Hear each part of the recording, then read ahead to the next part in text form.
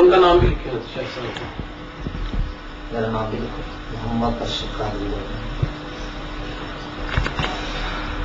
میں یہ عقیدہ رکھتا ہوں اللہ تعالی وحدہ لا شریک ہے،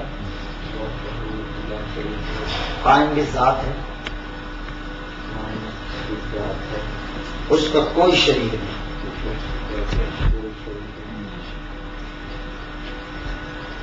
علم غیب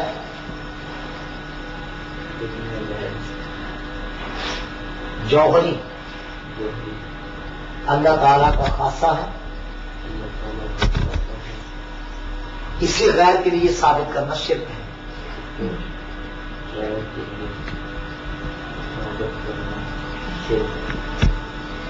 علم غیب عرضی ہے،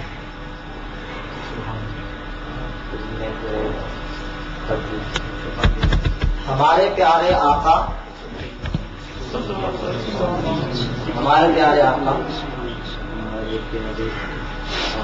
محمد رسول اللہ صلی اللہ علیہ وسلم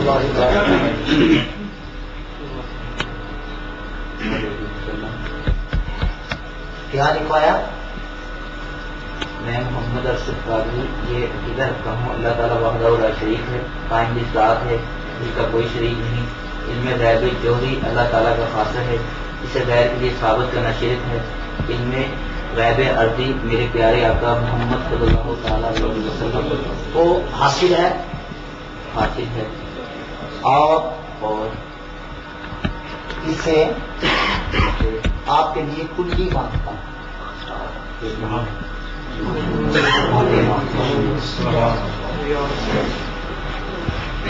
میں قرآن و حدیث سے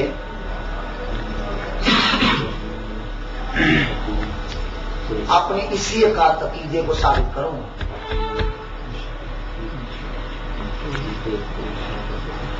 یہ ہے مولانا میرا عقیدہ۔ آپ اپنا عقیدہ لکھوائیں اور میرے آپ اس عقیدے کو باطل ثابت کریں گے۔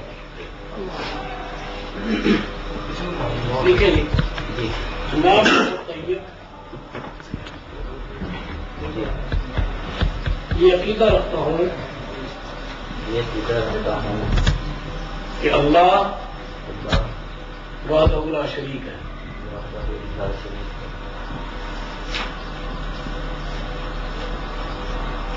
اور محمد رسول اللہ صلی اللہ علیہ وسلم اللہ کے آخر زمان پیغمبر خاتم النبیین ہے۔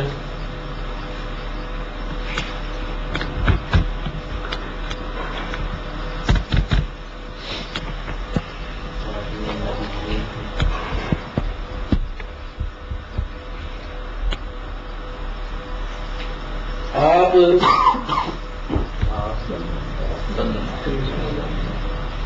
عالم الغیب، اچھا مولانا صاحب کلی بات ٹھیک ہے، آپ کیا لکھا ہے؟ آپ عالم الغیب کلی طور پر نہیں ہے نا، آپ نہیں بولے نا، یہ نہیں ہے انصاف، یہ اقرب للتقوی نہیں، عالم الغیب کلی نہیں ہے۔ میں اس عقیدے کو قرآن اور احادیث صحیحہ مرفوعہ اور دلائل عقل سے ثابت کروں گا۔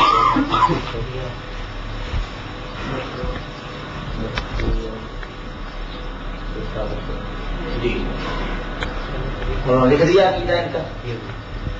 اب آپ یہ حکم لگائیں کہ میں نے جو عقیدہ لکھوایا ہے، آپ اس عقیدے کے قائل پر کیا حکم لگاتے ہیں اور اس عقیدے کو کیا کہتے ہیں؟ فیصلہ مولانا صاحب ہر معاملے میں آپ ہی پیش رفت کر رہے ہیں، پہلے آپ مجھ پہ فیصلہ کریں کہ میں کہہ رہا ہوں کہ رسول اللہ صلی اللہ علیہ وسلم علم غیب کلی نہیں ہے، جو اللہ تعالیٰ وحی کے ذریعے آپ کو بتائے وہ ہے. ٹھیک ہے, اب یہ بتائیں کہ میں کہوں. میرا خیال یہ ہے کہ مولانا جو تعریف آپ نے وہاں لکھوائی ہے نا, وہ تعریف اور میرا عقیدہ اگر دونوں کو آپس میں یکجا کیا جائے تو ایک سطحی سا علم رکھنے والا آدمی بھی فیصلہ کر سکتا ہے کہ یہ دونوں چیزیں ایسے نہیں ہیں کہ جن میں مناظرہ ہو. دونوں ایک ہیں نہیں, دونوں عقیدے ایسے نہیں ہیں کہ جن میں مناظرہ ہو.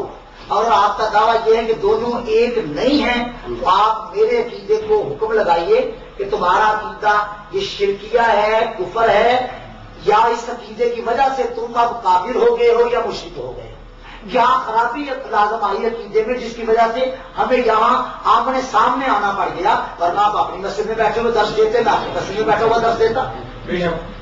وہ کون سی خرابی ہے آخر کہ جو دو مولویوں کو آمنے سامنے لے آئی ہے؟ آپ مجھے اب حکم لگائیے, میں نے اپنا عقیدہ تو لکھا. آپ کا یہ عقیدہ لکھیں گے. میں مولانا محمد ارشد قادری صاحب کے اس عقیدے کو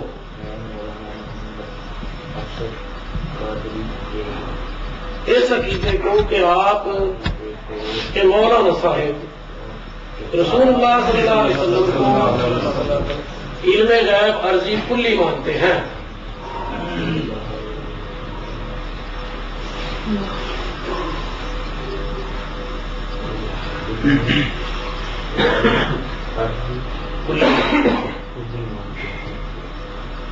غلط اور قرآن و حدیث کے خلاف سمجھتا ہوں.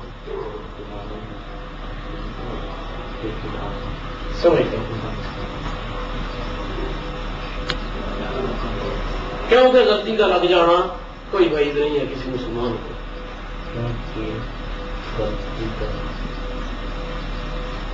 لگ جانا کوئی کسی انسان کو لکھ لیں کوئی بعید نہیں ہے.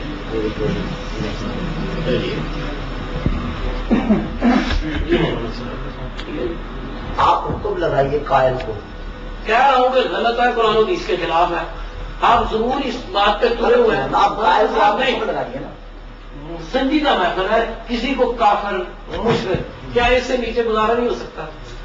اب آپ نے غلط تو کہہ ہی دیا, تھوڑی سی اور ہمت نہیں, غلط کہنا اور بات ہے, کافر مشرک کہنا اور بات ہے. میں اس بات ہی بتائیں